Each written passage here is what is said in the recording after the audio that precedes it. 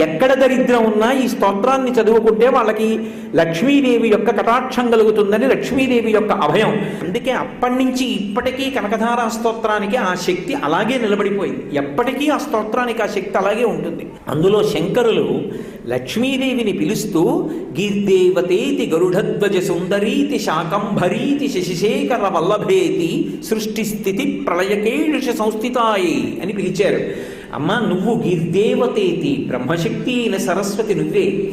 గరుడధ్వజ సుందరీతి, గరుత్మంత వాహనం మీద వెళ్ళేటటువంటి శ్రీ మహావిష్ణువు యొక్క శక్తివి నువ్వే.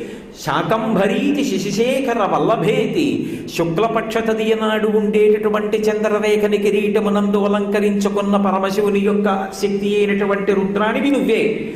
ఇప్పుడు సృష్టి శక్తి, స్థితి శక్తి, లయశక్తి మూడు చెప్పారుగా.